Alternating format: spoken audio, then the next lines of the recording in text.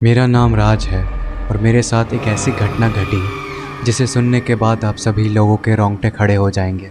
बात है 2014 की। उसी दिन मेरी 12वीं के रिजल्ट आए थे। पूरी 12वीं मैंने घर में ही बिता दी थी। घर में बैठा रहता था, पापा के डर से बाहर नहीं जाता था। पूरा दिन बस घर में बैठे रहना, पढ़ना पढ़ना और बस पढ़ते रहना।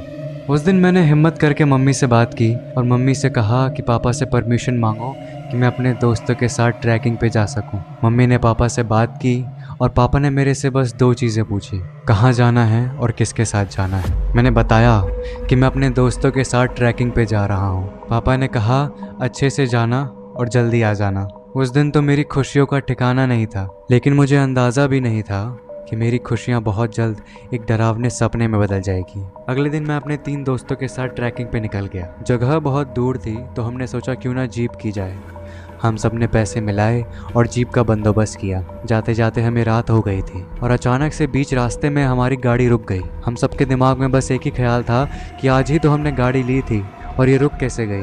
रात इतनी ज़्यादा गहरी थी कि कुत्तों ने भी भौंकना बंद कर दिया था। हमने दूर दूर तक गैराज ढूंढने का ट्राई किया, लेकिन हमको गैराज नहीं मिला। हमने सोचा कि आज हम यहीं पे कैंप करेंगे। हमने कैंप लगाया और साइड में रेडियो में कहानियाँ सुनने लगे। कहानी सुनते सुनते रेडियो रुक गया और तभी पीछे से चिल्लाने की आवाज़ आई, जैसे कोई मदद के लिए पुकार रहा हो।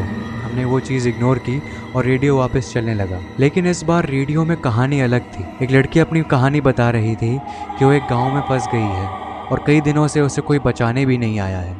उसकी कहानी सुनते सुनते हमने रेडियो बंद कर दिया और सो गए। आधी रात को जब मेरी नींद खुली तभी मुझे वहाँ के हवा में एक अजीब सी ठंडकपन महसूस हुई। मुझे लगा ये पहाड़ी इलाका है इसलिए ऐसा होता होगा। तभी मुझे पीछे से चिल्लाने की आवाज़ आई, वही आवाज़ जो पहले आई थी। मुझे पता नहीं क्या हुआ, लेकिन मैं वो आवाज़ का पीछा करने लगा। आगे जाते जाते मुझे एक गली दिखाई दी जिसके ऊपर एक स्ट्रीट लाइट भी लगा हुआ था। जैसे ही मैंने उस गली में कदम रखा वो लाइट बहुत ज़्यादा फ्लिकर होने लगी। उस लाइट की रोशनी दीवार पे पड़ रही थी। तभी मुझे अचानक से धक्का लगा और मैं उस गली के अंदर आ गया और उस दीवार पे मुझे कुछ अजीब सी परछाइयाँ दिखने लगी। तभी मेरी नज़र पड़ी एक बहुत ही पुराने गाँव पे, मानो कि वो पूरी तरह जल चुका था। मैं अंदर जाने लगा तभी मुझे एक पक्का घर दिखा, वो भी जला हुआ था और उसी घर से मदद की आवाज़ आ रही थी। उस वक्त तक मेरी हालत बहुत ज़्यादा ख़राब हो गई थी। मुझे अपने डिसीजन पे रिग्रेट हो रहा था। मैं ना तो आगे बढ़ पा रहा था ना ही पीछे जा पा रहा था, मानो मैं वहाँ जम सा गया था। आवाज़ बढ़ती रही। मुझे लगा क्या पता सच में कोई मुसीबत में हो। मैंने हिम्मत किया और उस घर के अंदर घुस गया। तभी एक कमरे में मुझे एक लड़की दिखाई दी। उसने मुझे धीरे से कहा कि मेरी मदद करो, मैं यहाँ फंस चुकी हूँ। मेरा नाम कविता है और ये गांव मेरा था, लेकिन एक रात ने सब कुछ बदल दिया। उसने अपनी कहानी सुनाई कि कुछ सालों पहले जब मैं अब कॉलेज से घर आ रही थी तब इस गांव के बाहर एक गली है, वहाँ पे कुछ गुंडों ने मुझे छेड़ा, मुझे परेशान किया, मेरे साथ बहुत ही ज़्यादा गलत हरकत की। मैं जान बचा के भाग के गांव वालों के पास आई। मैंने गांव वालों को सब कुछ बताया। गांव वालों ने गुस्से में आके कंप्लेन किया। ये कंप्लेन जब उन गुंडों पे पहुंची वो बहुत ज़्यादा गुस्सा हो गए। उस रात उन्होंने सब कुछ जला दिया। ये पूरा गांव, मेरा घर, सब कुछ जला दिया। तब से मैं यहाँ फंस चुकी हूँ। जो भी मुझे बचाने आता है वो गली में आके डर के वापस चला जाता है। उसे परछाइयाँ दिखती हैं, उन्हें स्ट्रीट लाइट फ्लक्चुएट होता दिखता है तो वो वापस चले जाते हैं। तुमने हिम्मत की और तुम अंदर आए। मैं तुम्हारी बहुत ज़्यादा शुक्रगुजार हूँ। मैं बस ये चाहती हूँ कि तुम मेरी मदद करो। तुम अगर मुझे उस लाइट के नीचे ले जाते हो तो मेरी आत्मा को मुक्ति मिल जाएगी। ये सब सुन के मेरे तो रोंगटे खड़े हो गए थे, लेकिन मैंने फिर भी कविता का हाथ पकड़ा और उसे उस लाइट के नीचे ले गया। हम जैसे ही वहाँ गए वो लाइट फ्लिकर होना बंद हो गई।